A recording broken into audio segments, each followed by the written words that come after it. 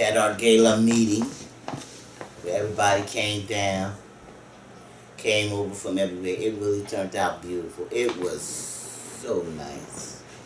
I was so proud of us because we had it and didn't nobody try to fight nobody. Nobody wasn't out there cussing and raising hell or showing their asses and then they get plenty of food and sodas and stuff like that, you know, because we didn't try to do with no alcohols or nothing like that because, you know, some people can't take alcohol and behave themselves, you know, they got to show themselves, so we try to not to deal with that at all, you know, and yeah, it really turned out nice. And well, you know, the police was all around looking for something, but they couldn't find a thing. As the man said, when we had on white gloves and you just swipe your white glove and it just came out immaculate. It really came out nice. And I'd like to thank everybody, everyone who came and participated. Oh, thank you very, very much. And I want you to know I enjoyed taking pictures with you. Yes, I did. Oh, I was Marilyn Monroe. What were you talking about? Yes, I was. It made me feel good, and I thank you all. All right, now let's get this thing on the road. My issue, it says, hi, Mama Scorpion. My issue is short and to the point. I'm 19 in a great relationship, about to start my second year in college, and just recently moved, into an apartment with some roommates. Sounds great, right? Well, everything is not what it seems. I'm dealing with some depression due to loneliness. I've always been comfortable being alone, but ever since I started college, I grew to hate it. I love people and socializing, but for some reason I haven't been lucky making friends here. No matter how many clubs I've joined, every time I would hit it off with someone, the next day I would never see them again because my university is so big. My roommates aren't always here and my boyfriend doesn't live nearby, so I get stuck by myself a lot. Friendships are so important because they keep you sane. Can you help me with some encouraging words to get through, please? Kevin and the viewers can chime in too. I need as much advice as I can get. Lastly, I thank you for your videos. Thanks for keeping me entertained throughout all this free time. Okay. Well, say lonely. Well, best I got, well, girlfriend, somebody that's close to you that you can call every now and then, someone you haven't talked to in a while. Best thing I can tell you to do about that is volunteer your time. There are a lot of different organizations that's out here who really do need young people's time. Young men that went out here in the war trying to keep us safe here. You know, they try to keep us safe home. We don't know what it's like to really live in war. Sickness and death, like the majority of the world does. And people go through hell. We send our boys over there, we done stay all spick and span, and they don't know a damn thing about fighting nobody and this and that, and we train them up real quick and throw them out to the wolves. They come back here all beat up and cut up, missing legs, arms, and hands, scared of the world, all drugged up. Some of them have to stay drugged up in order to stay over there, in order to stand it.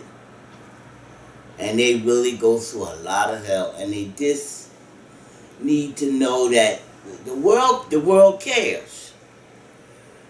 That it matters to us who sat home free while they went over there doing the fighting. Give your time to them. The children's hospital, kids, if you like kids, children like somebody read them stories, or even in the wards where someone has the babies or help take care of the babies, or even go to school or take up something else besides what you're doing. But give that time to them, because they really need it. It's easy to say, yeah, okay, I'm gonna give them some time, but when you find out that you give 2 or 3 hours a week, you will feel so full of knowing what it's like when you go through hell, and what these young people have gone through to keep us safe, to keep us free. Because when you know what it really is, it's not so nice to deal with. But it's a hell of a way to say thank you. So when you find out that you're lonely, there are so many organizations that you can go to. Try it out. Different places can tell you where to go and give you the correct information that you might need, or help you find a program or something that you would interest yourself in. So do that. Just don't say, well, I'm lonely, I'll go do this and I'll do that, or I want to be with this, I want to be... Get in with that loneliness. It might be there for a reason, that you get to know these people, or you get to know someone. Sometimes God tries to direct us in different ways and different patterns to know people, and you might even take that up as your lifelong duty. So just try it out and see. Let me know what happens. Okay. This one says, my name is Bentley and I need your advice. I currently have a job where I've been working 8 years. The problem is I'm the only African American male on the labor side. With that being shared, I get the constant stereotypes of, oh, I thought you lived in the city. Or when I walk down the hall at work, I have coworkers saying to me, what's up, yo? Or other ignorant language to me. In a place where it's supposed to office professional. Supposed to be office professionals. It's been so bad that I've been sent to human resources when I report anyone for anything. Then human resource or manager will try to find something to do to me in retaliation.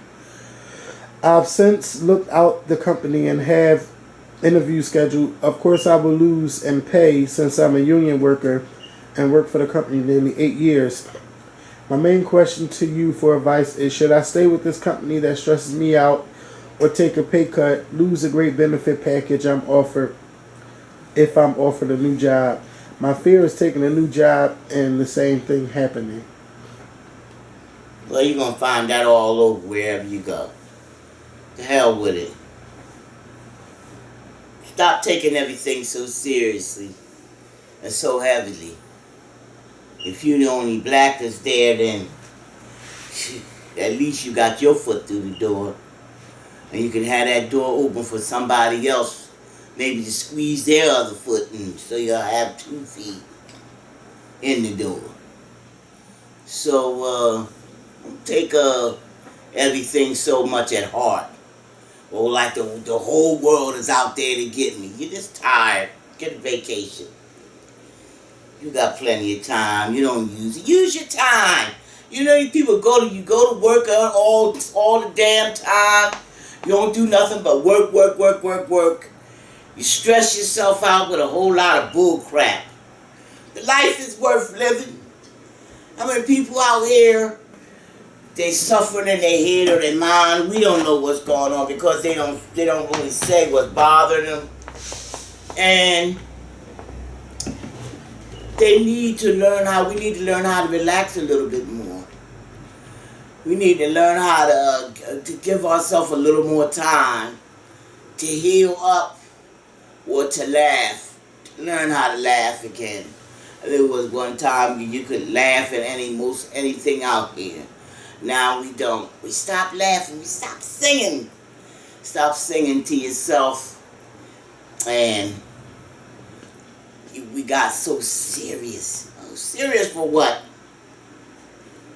Everything has its own place, but I mean, damn, not forever. And then, I don't care where you go, you're gonna find some shit. So stop worrying yourself to death about it. And go ahead and do your job and make your little pay. And you done been there that long, you done put in that time to get your little benefits. And go on and get your benefits. You gotta get your benefits just like anybody else. Don't let that stop you. Shit, they ain't no better than you, and you ain't no better than them. Go on and get what you gotta get. Stop worrying about what Piggy Wiggy and this one, that one did and didn't do and should have done. And look, live your life and be happy. Give yourself a little bit more time. I got to hurry up and get back there. They ain't gonna explode without you. They're gonna keep right on going. The world keeps right on ticking without us. We go to day tomorrow, that there go moon and sun and stars and everything will keeps right on ticking. Just like it was never there. Stop worrying so much about unworryable things. Things you can't fix. But the things you can fix them. If you can. If it's fixable. Stop worrying so much about things. Let me know what goes on. Because I'm newsy. This one says, my name is Mike and I'm a locker room captain of an independent wrestling promotion. We have a smell issue with some wrestlers. We have some that are real professional, clean athletes, and then there are some who just smell bad. All of the guys are 21 and up. I approached one of the wrestlers who always smelled bad, but he quickly said he didn't smell bad and that he always take baths like I was lying. What way can I get those guys with these problems to admit the truth and start doing better with their hygiene? Well, one way you can when they open their locker, they give them a bar of soap and a wash rag or a can of deodorant sitting there. It can't get no clearer than that. That way it don't point to no one person who did it. If you feel like you want to do it that way, where you just call them to a side and talk to them and say, man, what you gonna do about that? You've acquired an odor. We need you to do something about it. And speak on it. I mean, right? Everybody always talk about, no, not me. It wasn't me. And you know when you stink. Old as I am, I know when I stink. The older you get, the more you stink. So you got to use more deodorant, more powder, more things to try to keep yourself from having bad odors and stuff like that. It's just damn laziness. Too lazy to splash that water and wash it up. You don't want to do that. You rather take somebody else to agony. And let me tell you something. When you go over there to them different countries, people don't have no money to buy that deodorant and all that stuff. A can of deodorant can cost you $50. Not no deodorant. Yeah, deodorant chemical. Say, you'd be surprised. You would be surprised. You know, we go over there, we the only one that don't stink. Everybody else has them odors and this and that, and people walk by them just like they don't exist. Well, they don't exist because you're used to it. You know, you used to be in around, they all dressed up like King Tut and this and that, and you get up under them, you want to pass out or haul over and throw up or whatever. It's because we was brought up on put your deodorant on and wash your body and keep yourself clean. And some people have a horrible. Some people have a bad odor about their metabolism and their system. Any way you look at it, it ain't too cool. And some people it's where they live. Some people it's the food that they eat.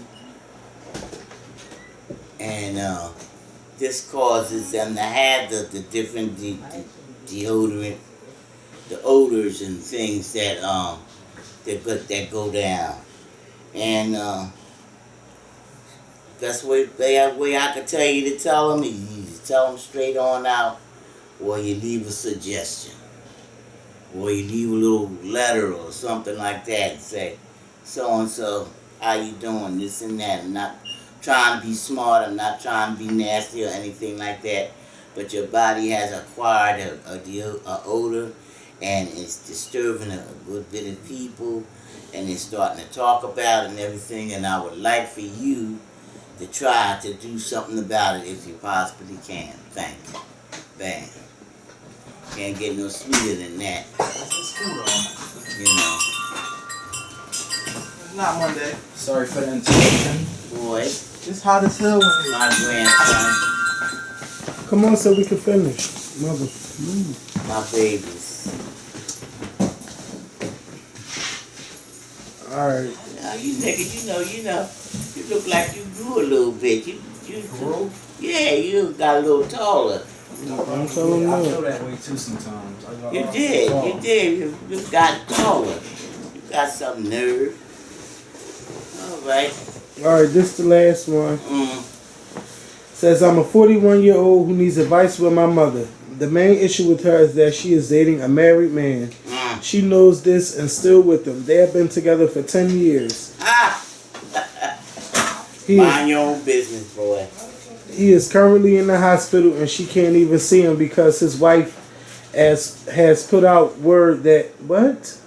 He is currently in the hospital and she can't even see him because his wife has put word out that she better not.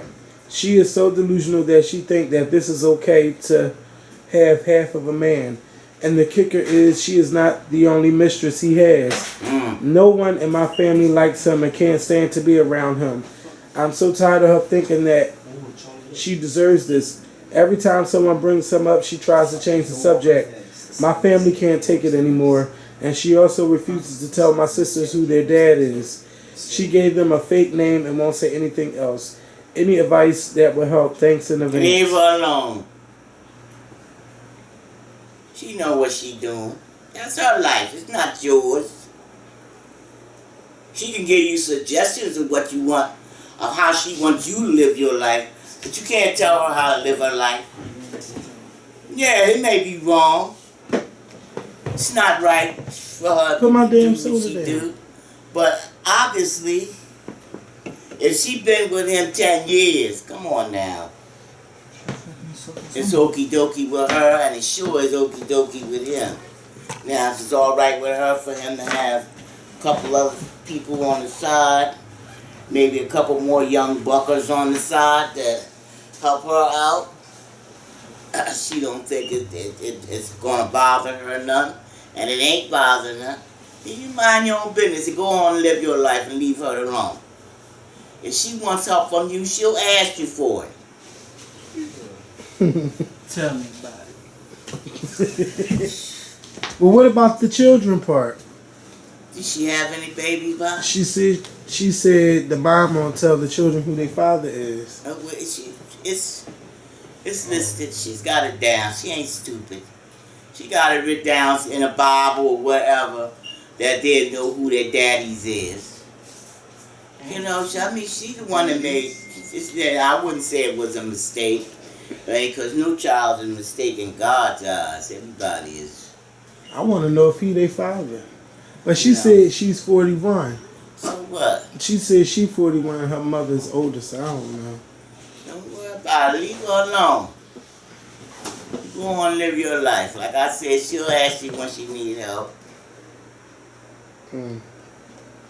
All right, well. You want to tell her how to live her life, you got something. You gotta see your slogan. Tell me about it. She said, let me know. Oh, I do want to know. She told you, said you told him about her business. And see, I want to know is he on his deathbed? If he in the hospital. Well, you know how she praying when she loving him. That's all right. She gonna take care of all that. You think it's okay? Hey, well, she done did it for 10 years. That has to be okay. That's her life. I don't tell her how. You know you shouldn't. Yeah, but she's satisfied with it. He must have did something right. She stayed there for 10 years. He been making her happy for 10 years. He done satisfied something. Shit. Go on and live your life. All right, y'all. We going to get up on out of here. And let me know.